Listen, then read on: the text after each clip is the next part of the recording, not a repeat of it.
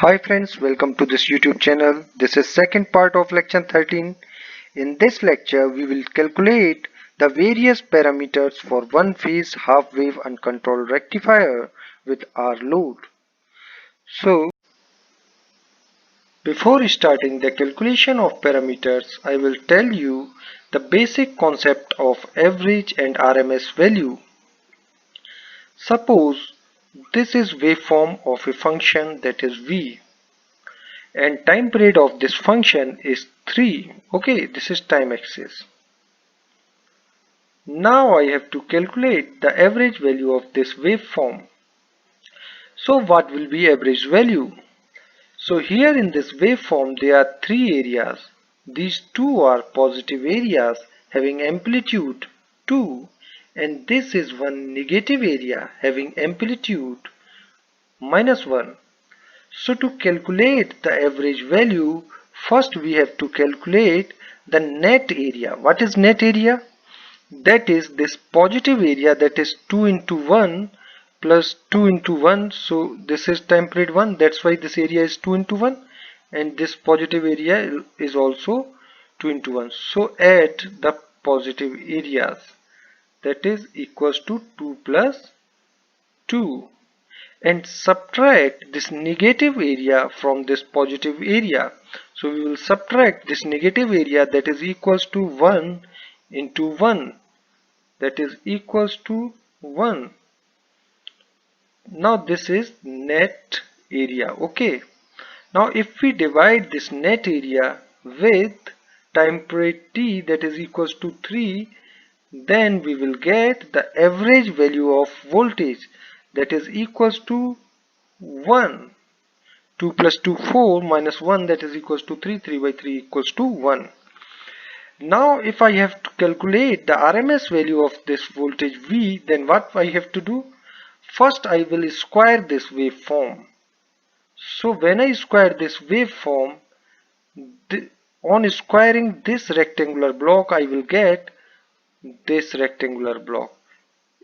So simply the amplitude get squared. So the amplitude of this area will becomes 4. Now take this negative area. When I square this negative area, then it will become positive. Okay, so amplitude of this is -1. If I square this, it becomes +1. So this is the negative area becomes positive area of amplitude 1. Now this again squaring this positive area, what I get? If I square this area, then amplitude get squared, that is equals to 2 into 2, that is equals to 4. So I will get this. Okay, now after squaring this waveform, what I have to do? I have to calculate the net area, and net area is equals to, this area is 4 into 1, and this is 1 into 1, this is again 4 into 1. So I will get 4 plus 4 plus 1, and total time period of waveform is equals to 3. Okay, after that I will take under root of this whole. So that is equals to 4 plus 4 plus 1, that is equals to 9 by 3 equals to 3. So I will get net area is equals to root 3. In this way we can calculate the average and RMS value. Now we will find the average value of this output voltage. Average value of this output voltage is equals to 1 upon T integration 0 to T V0 dt. This is basic formula. So on integrating we get 1 upon 2 pi integration 0 to pi Vm sin omega t d omega t. Here we see that the equation of waveform from pi to 2 pi is 0. That's why there is no need to integrate from pi to 2 pi. So we will integrate the waveform only from 0 to pi, and from 0 to pi equation of waveform is this Vs, that is equals to Vm sin omega t. So on integrating this is very simple integration. We get V0 average is equals to Vm upon pi. Now what is average value of output current, that is equals to V naught average by R, and V naught average is Vm upon pi. So divided by R, we get average value of output current is equals to Vm by pi R. Next is RMS value of output voltage.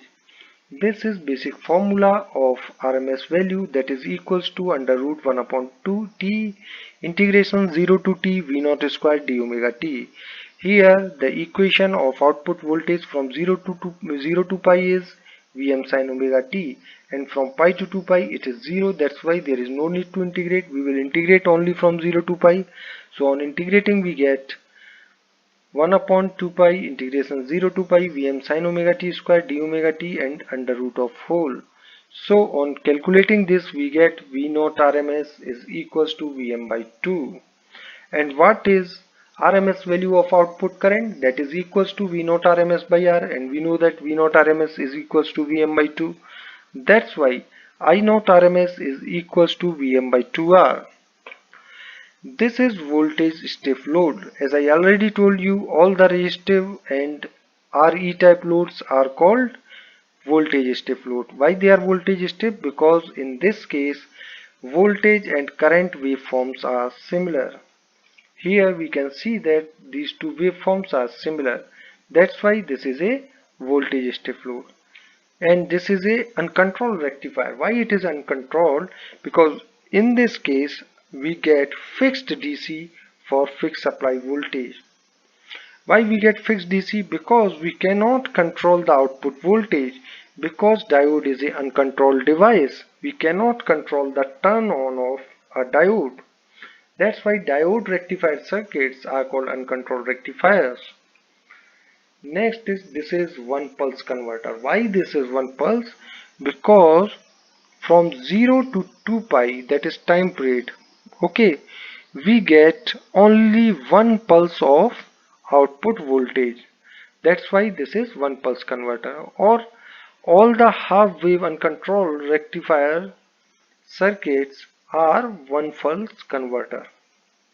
Next is output power, that is equals to V naught RMS square by R, that is equals to I naught RMS square into R. And as I already told you in introduction to rectifier that in all rectifier circuit studies we will assume diode or thyristor as ideal, or there will be no losses across diode or thyristor. That's why input power is equals to output power. So what is input power? That is equals to Vs RMS into Is RMS cos phi, that is RMS value of supply voltage, RMS value of supply current into cos phi. Input power factor is cos phi, that is equals to RMS value of output voltage into RMS value of output current. Now we know that this I naught, that is output current, is equals to the supply current. That's why this Is RMS is equals to I naught RMS. So on putting this we will get cos phi is equals to V naught RMS by Vs RMS. Okay. Now what is circuit turn off time? So here you will get the clear idea about circuit turn off time. Circuit turn off time is the time for which diode is reverse bias. Here we see that diode is reverse bias for an angle, and what is this angle? This is pi. That's why this omega tc is equals to 2 pi minus pi, that is equals to pi. So we get circuit turn off time, it is equals to pi by omega. Now what is conduction angle of diode? We see that diode acts as short circuit from 0 to pi.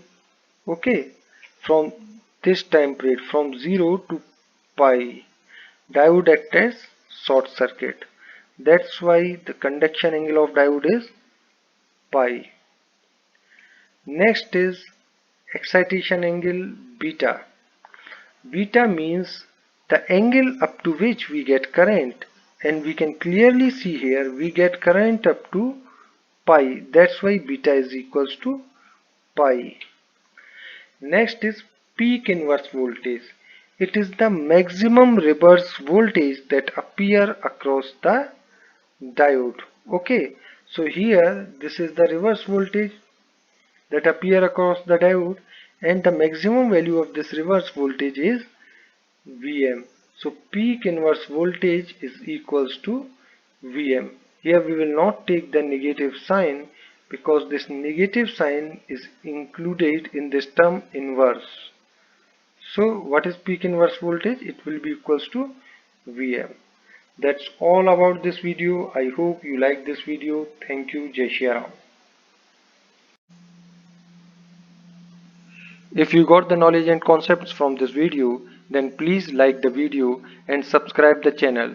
You can give your views and ask any questions related to this topic in comment box. Also share this video with your friends because sharing is caring. Don't forget to press the bell icon to get the notification of my upcoming videos. Thank you.